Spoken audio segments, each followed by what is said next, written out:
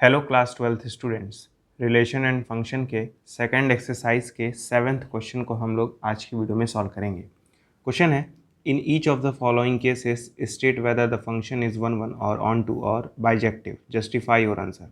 हमें बताना है कि यहाँ पे हमें दो फंक्शंस दिए हैं, इनमें से कौन सा फंक्शन वन वन है, कौन सा ऑन टू है और कौन सा बाइजेक्टिव है। ठीक है, तो तीन चीज़ें चेक करनी है हर एक पार्ट में कि ये जो फंक्शन है वो वन वन है कि नहीं है, ऑन टू है कि नहीं है, या फिर बाइजेक्टिव है कि नहीं है। ठीक है, तो अगर आप मेरे वीडियो शुरू से देखते हैं तो आपको हर एक चीज़ें समझ में आएंगी। अगर आपने शुरू से नहीं देखा है तो फिर आपको दिक्कत होगी। ठीक है, देखते हैं सोल्यूशन क्या होगा फर्स्ट वाले पार्ट के लिए। फर्स्ट वाले पार्ट में जो हमारा फंक्शन है वो आर से आर डिफाइंड है। ठीक है, और जो हमारा फंक्शन है वो क्या है, 3-4x है। ठीक, अब बहुत ध्यान से सुनिएगा, बहुत ही ध्यान से। हमारा जो फंक्शन है वो आर से आर डिफाइन है और जो फंक्शन है वो 3-4x है। हमें प्रूफ करना है या फिर डिसप्रूफ करना है कि फंक्शन वन वन है कि नहीं है। ठीक है, तो वन वन चेक करने का तरीका क्या होता है। ठीक है, वन वन चेक करने का तरीका होता है f इज़ वन वन। अगर आप fx1 को fx2 के इक्वल मान लें, अगर आप ये मान लेते हैं कि fx1 और fx2 आपस में इक्वल है, तो आपको प्रूफ करना पड़ेगा कि x1 और x2 भी आपस में इक्वल है। ठीक है, अगर इक्वल हो गए तो कहेंगे वन वन है। तो आप ही बताइए, अगर fx की वैल्यू 3-4x है, तो अगर इस x के जगह x1 कर दें तो fx1 की वैल्यू 3-4x1 होगी। ठीक है, तो अगर 3-4x1 इक्वल्स टू fx2 की वैल्यू क्या होगी, 3-4x2। फिर ये 3 से 3 कट जाएगा, मिलेगा हमें -4x1 इक्वल्स टू -4x2।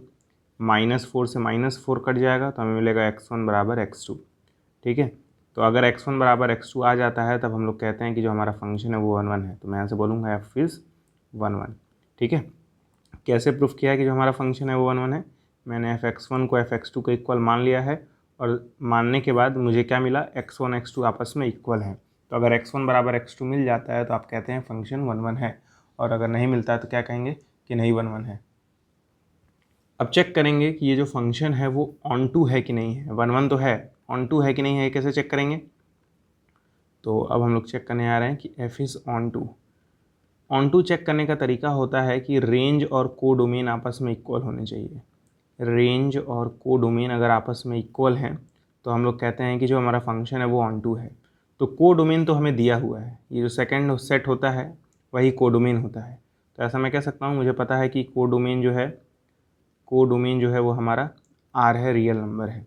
और हमारा डोमेन क्या है, डोमेन आर है ना, डोमेन जो है वो क्या है, रियल नंबर है। ठीक है, तो मैं कह सकता हूँ कि x बिलोंग्स टू r। ठीक है, देखिए समझिएगा, ये जो चीज़ होता है वो डोमेन होता है और ये होता है कोडोमेन। ठीक है, तो अगर हमारा फंक्शन जो है वो 3-4x है तो जो ये x होता है वो इस वाले सेट से होता है, x जो होता है वो इस वाले सेट से होता है, जो fx होता है वो इस वाले सेट से होता है। तो क्योंकि x जो है वो r से है तो इसीलिए मैंने लिखा है x बिलोंग्स टू r।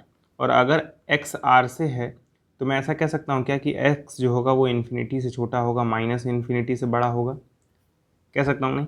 अगर कोई भी नंबर रियल नंबर है तो वो इन्फिनिटी से छोटा होगा, माइनस इन्फिनिटी से तो बड़ा ही होगा। ठीक है, अब देखिएगा मैं इस x को 3-4x के जैसा बनाऊंगा। उसको बनाने का तरीका है कि मैं दोनों ही साइड 4 से मल्टीप्लाई कर दूँ। ठीक है, तीनों ही साइड, तो ये जाएगा माइनस इन्फिनिटी। क्यों होगा माइनस इन्फिनिटी, क्योंकि अगर माइनस इन्फिनिटी में आप 4 का मल्टीप्लाई करेंगे तो माइनस इन्फिनिटी ही रहेगा। ठीक है, लेस देन x में 4 का मल्टीप्लाई करेंगे तो 4x हो जाएगा, लेस देन इन्फिनिटी में 4 का मल्टीप्लाई करेंगे तो इन्फिनिटी ही रहेगा। ठीक है, अब आप देख सकते हैं 4x के आगे जो था वो माइनस भी था, तो मैं क्या करूँगा, इस इक्वेशन में या इस इनइक्वालिटी में माइनस का मल्टीप्लाई करूँगा। तो जब माइनस का मल्टीप्लाई करते हैं तो ये इनइक्वालिटी रिवर्स हो जाती है। ठीक है, देखिएगा कैसे, ये जो माइनस इन्फिनिटी है वो प्लस इन्फिनिटी में बदल जाएगा। ठीक है, ये जो 4x है वो -4x हो जाएगा और ये इन्फिनिटी माइनस इन्फिनिटी में बदल जाएगा। ठीक है, लेकिन ये जो इनइक्वालिटी है ना वो बदल जाती है, लेस देन की जगह ग्रेटर देन आ जाता है, ये हो जाएगा ग्रेटर देन। ठीक है, माइनस का मल्टीप्लिकेशन करते वक्त जो इनइक्वालिटी है वो बदल जाती है, ऐसा आपने क्लास 11 में पढ़ा होगा। ठीक है, और इसको अगर रिवर्स करके लिखें तो कैसा हो जाएगा, इसको अगर रिवर्स करके लिखूँ तो मतलब माइनस इन्फिनिटी को मैं पहले लिखूँगा तो जाएगा less than -4 x less than infinity. ठीक है, देखिए ध्यान से, -4x अभी भी वही है, इस माइनस इन्फिनिटी को यहाँ पे लेके आया हूँ, मैं पहले लिख रहा हूँ। देखिए जो लेस देन का साइन है वो भी इन्फिनिटी की तरफ ही है, और देखिए जब मैंने ये साइन लगाया तो अभी भी वो इन्फिनिटी की तरफ ही है। कहने का मतलब क्या है, इस चीज़ को मैंने इस तरह से लिखा है। अब ध्यान से देखिए, -4x के आगे 3 भी है, तो मैं क्या करूँगा, इन सभी में 3 ऐड कर दूँगा। जब इन सभी में मैं 3 ऐड करूँगा तो देखिए क्या होगा। अब आप ही सोचिए, माइनस इन्फिनिटी मतलब बहुत छोटा नंबर, और उसमें जब आप 3 ऐड करेंगे तो माइनस इन्फिनिटी ही रहेगा, तो जाएगा minus infinity less than 3 - 4x, और इन्फिनिटी में 3 जोड़ेंगे तो इन्फिनिटी ही रहेगा। मतलब मैंने क्या किया, इधर भी 3 जोड़ा है, इधर भी 3 जोड़ा है, इधर भी 3 जोड़ा है, तो हमें ऐसा मिल गया। और 3 - 4x जो है वही fx है, तो इस 3 - 4x की जगह मैं fx रख दूंगा। ठीक है, तो जाएगा माइनस इन्फिनिटी से लेस देन fx और लेस देन इन्फिनिटी। ठीक है, अब मैं आपसे पूछ रहा हूँ रेंज क्या होता है। रेंज जो होता है वो होता है कि fx की वैल्यू क्या क्या आ सकती है। रेंज मतलब fx की वैल्यू क्या क्या आ सकती है। तो आप देख पा रहे हैं कि इस वाले इनइक्वालिटी से जो fx है वो इन्फिनिटी से छोटा है और माइनस इन्फिनिटी से बड़ा है। ठीक है, तो मैं ऐसा कह सकता हूँ जो fx है वो जो रेंज है, वो रेंज जो होगा वो r होगा। रेंज जो होगा वो r होगा। अरे भाई सोचिए, fx मतलब ऐसे कौन कौन से रियल नंबर जो इन्फिनिटी से छोटे हों माइनस इन्फिनिटी से बड़े हों। ये इनइक्वालिटी क्या बोल रही है कि fx की जो वैल्यू है इन्फिनिटी छोटी है, माइनस इन्फिनिटी से बड़ी है। ठीक है, मतलब वो सारे नंबर जो इन्फिनिटी से छोटे हैं और माइनस इन्फिनिटी से बड़े हों उनको हम लोग रियल नंबर कहते हैं, इसलिए रेंज जो हो जाएगा वो रियल नंबर हो जाएगा। तो आप देख पा रहे हैं कि कोडोमेन भी रियल नंबर है और रेंज भी रियल नंबर है। ठीक है, तो जब कोडोमेन और रेंज आपस में इक्वल हो जाते हैं तो फंक्शन ऑन टू हो जाता है, तो मैं लिखूँगा कोडोमेन इक्वल्स टू रेंज। और कोडोमेन और रेंज अगर आपस में बराबर हैं तो एफ इज़ ऑन टू। ठीक है, ध्यान दीजिएगा, मैंने ऑन टू प्रूफ करने के लिए इनइक्वालिटी का हेल्प लिया है। कई लोग अदर वे भी यूज़ करते हैं, लेकिन ये बेस्ट तरीका है। ठीक है, कैसे मैंने स्टार्ट किया, मैंने देखा कि जो हमारा ये जो x है वो एक्चुअली डोमेन से होगा। ये जो x है वो डोमेन से होगा, यानी रियल नंबर से होगा। और जब अगर x रियल नंबर से है तो मैंने x जो है वो इन्फिनिटी छोटा होगा, माइनस इन्फिनिटी से बड़ा होगा। अब किसी तरह मैंने इस x को ट्रांसफॉर्म कर दिया इसमें। ठीक है, और कैसे किया है, -4 का मल्टीप्लाई किया, फिर 3 ऐड किया, तो हमें ये इनइक्वालिटी मिली। फिर मैंने इसके जगह fx रख दिया और हमें मिला कि जो fx है वो इन्फिनिटी से छोटा है, माइनस इन्फिनिटी से बड़ा है। मतलब fx एक ऐसा नंबर है जो इन्फिनिटी से छोटा है, माइनस इन्फिनिटी से बड़ा है, तो ऐसे नंबर को हम लोग रियल नंबर कहते हैं। ठीक है, तो रेंज जो हो जाएगा हमारा रियल नंबर हो जाएगा और कोडोमेन बराबर रेंज आ जाएगा, फंक्शन ऑन टू हो जाएगा। हमें चेक करना था फंक्शन बाइजेक्टिव है कि नहीं है। तो अगर कोई फंक्शन 1 भी हो और ऑन टू भी हो, मतलब 1 भी हो और ऑन टू दोनों हो, तब हम लोग कहते हैं कि फंक्शन जो है वो बाइजेक्टिव है। ठीक है, तो फंक्शन तो 1 ऑन टू दोनों था, इसका मतलब एफ इज़ बाइजेक्टिव। ठीक है, 1 भी हो और ऑन टू भी हो तो हम लोग फंक्शन को बाइजेक्टिव कहते हैं, तो बाइजेक्टिव प्रूव हो गया। ठीक है, अब सेकंड वाला पार्ट सॉल्व करेंगे, तब तक वीडियो को पॉज करिए और नोट कर लीजिए। अब देखिए सेकंड वाला क्या है, फंक्शन आर से आर डिवाइन है। ठीक है, और एफ एक्स जो है वो 1 + x² के इक्वल है। मैं लिख रहा हूँ सोल्यूशन। ठीक है, फंक्शन जो है वो आर से आर डिफाइन है, और फंक्शन जो है वो क्या है, 1 + x² है। ठीक है, पहले हम लोग चेक करेंगे कि ये फंक्शन 1 है कि नहीं है, एफ इज़ 1 और नॉट। ठीक है, 1 चेक करने का तरीका क्या होता है कि आप f(x1) को f(x2) के इक्वल मान लीजिए। ठीक है, या फिर उससे अच्छा एक तरीका है, चलिए ये अप्लाई करते हैं। f(x1) को f(x2) के इक्वल मान लेते हैं। f(x1) की वैल्यू क्या है, f(x1) की वैल्यू है 1 + x²। तो ये हो जाएगा 1 + x1 का स्क्वायर, है ना। अरे भाई, f(x) की वैल्यू 1 + x² थी, तो x1 आ जाएगा ना x की जगह, तो 1 + x1²। उसी तरह f(x2) की वैल्यू क्या होगी, 1 + x2 का स्क्वायर, 1 + x2 का स्क्वायर। तो ये 1 से 1 कैंसिल हो जाएगा, x1² इक्वल्स टू x2² हो जाएगा। कई लोग यहीं पे गलती करेंगे कि इस 2 को इस 2 से काट देंगे, फिर गलत हो जाएगा, काट नहीं सकते हैं, पावर नहीं कैंसिल होता है। इसको इस साइड लेके आएंगे तो x1 का स्क्वायर माइनस x2 का स्क्वायर हो जाएगा। ठीक है, equals to 0। x1² minus x2² को मैं लिख सकता हूँ x1 - x2, x1 + x2 equals to 0। ठीक है, तो फाइनली हमें क्या मिला कि x1 - x2, x1 + x2 equals to 0। ठीक है, इन दोनों का प्रोडक्ट 0 के इक्वल है। मैं आपसे पूछ रहा हूँ कि ये 0 है या फिर ये 0 है, दोनों में से कोई एक 0 रहा होगा तभी ना 0 आ रहा है। तो मैं कह रहा हूँ ये भी 0 हो सकता है, ये भी 0 हो सकता है। ठीक है, बात समझिएगा। ये कब जीरो हो सकता है, x1 प्लस x2 कब जीरो आ सकता है। ये जो x1 और x2 हैं एक्चुअली में रियल नंबर्स हैं, तो ऐसे कौन से दो रियल नंबर हैं जिनको जोड़ा जाए तो जीरो आ जाते हैं। तो आप कहेंगे ऐसे दो रियल नंबर्स हैं -1 और 1, ठीक है। मतलब अगर आप x1 को -1 ले लें और x2 को +1 ले लें तो दोनों का जो सम होगा वो ज़ीरो होगा। सही बात है। तो ज़रा अब हम लोग चेक करते हैं f ऑफ -1, ठीक है। मैं जा रहा हूँ f ऑफ -1 निकालने। इसका रीज़न पता है क्या है, क्यों मैं निकालने जा रहा हूँ। देखिएगा, या तो ये ज़ीरो होता या तो ये ज़ीरो होता, और मैं देख पा रहा हूँ कि ऐसे दो रियल नंबर होते हैं जिनको जोड़ने पे जीरो आता है, वो है -1 और 1।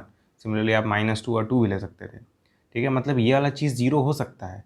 जब ये ज़ीरो होगा उस केस में ये ज़ीरो होगा नहीं, दोनों में से कोई एक ही ज़ीरो होगा ना एक टाइम पे। जब ये अगर ज़ीरो होगा तो ये ज़ीरो होगा नहीं, ठीक है। बात समझिएगा। इसको मैं मिटा रहा हूँ फिलहाल के लिए।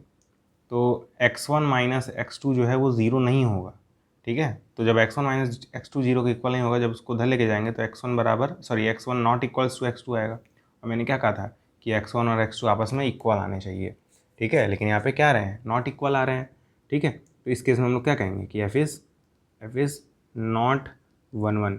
और क्यों x1 माइनस x2 जीरो के इक्वल नहीं है, क्योंकि x1 प्लस x2 जीरो हो सकता है, ठीक है। ये वाली चीज़ जीरो हो सकती है। अगर ये जीरो होगा तो फिर ये जीरो नहीं होगा, तो वही मैंने लिखा x1 minus x2 not equal to zero. और जब x2 को उधर भेजेंगे तो नॉट इक्वल टू x2 आएगा, ठीक है। तो एक तरीका और होता है नॉट 1 1 दिखाने का। इनमें से एक तरीका ये था, एक तरीका मैं और बता रहा हूँ, फटाफट पहले वीडियो को पॉज करके नोट कर लीजिए, ठीक है। एक तरीका और है कि आप फंक्शन की वैल्यू -1 पे निकालें। जैसे अभी आपने देखा था -1 अगर x1 की जगह रखा जाए और 1 रखा जाए x2 की जगह तो दोनों का सम जीरो हो जाएगा। तो ज़रा f ऑफ -1 निकालते हैं। f ऑफ -1 मतलब 1 प्लस -1 का स्क्वायर, है ना। अरे भाई एफ एक्स की वैल्यू क्या है, 1 प्लस एक्स स्क्वायर ना। तो इस x के जगह मैंने क्या रखा है, -1, तो 1 प्लस -1 का स्क्वायर, 1 प्लस -1 का स्क्वायर क्या आएगा, 2 आएगा। और f ऑफ 1 निकालें तो क्या आएगा, f ऑफ 1 निकालेंगे मतलब 1 और इस 1 रखेंगे यहाँ पे, तो 1 प्लस 1 का स्क्वायर विच इज़ अगेन 2।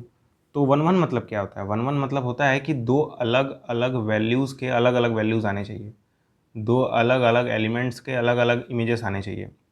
तो आप देख रहे हैं -1 का भी इमेज 2 आ रहा है, 1 का भी इमेज 2 ही आ रहा है। तो दो अलग अलग एलिमेंट्स के सेम इमेज आ रहे हैं। तो जब सेम इमेज आते हैं तो हम लोग कहते हैं कि फंक्शन जो है वो 1 1 नहीं है। लिखेंगे यहीं से डायरेक्ट f इज़ नॉट 1 1, ठीक है। लेकिन कई बार ये नंबर्स सोच पाना मुश्किल होता है कि ऐसे कौन से दो नंबर हैं जिन पे फंक्शन सेम वैल्यू देगा। तो पहले क्या करा करिए ना, पहले इस तरह से जाया करिए। जब आप जाएंगे तो यहाँ तक तो पहुँचेंगे ही, और फिर आप सोचिए कि क्या ये वाला ब्रैकेट जीरो हो सकता है, तो आप कहेंगे बिल्कुल हो सकता है।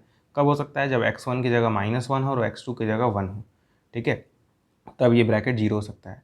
तो तुरंत उन्हीं वैल्यूज़ पे फंक्शन की वैल्यू निकाल लीजिए, ठीक है। मतलब x1 -1 ले रहे थे हम लोग तो f ऑफ -1 निकाला 2 आया। इसी तरह x2 जो है 1 ले रहे थे तो f ऑफ 1 निकाला 2 आया। उन्हीं दोनों वैल्यूज़ पे फंक्शन की वैल्यू सेम आएगी, आप देख पा रहे हैं, ठीक है। और जब उन्हीं दोनों पे सेम आएगा तो अलग अलग एलिमेंट्स के सेम इमेजेस हैं, इसलिए फंक्शन 1 1 नहीं होगा, ठीक है। इस तरह से सॉल्व करना है।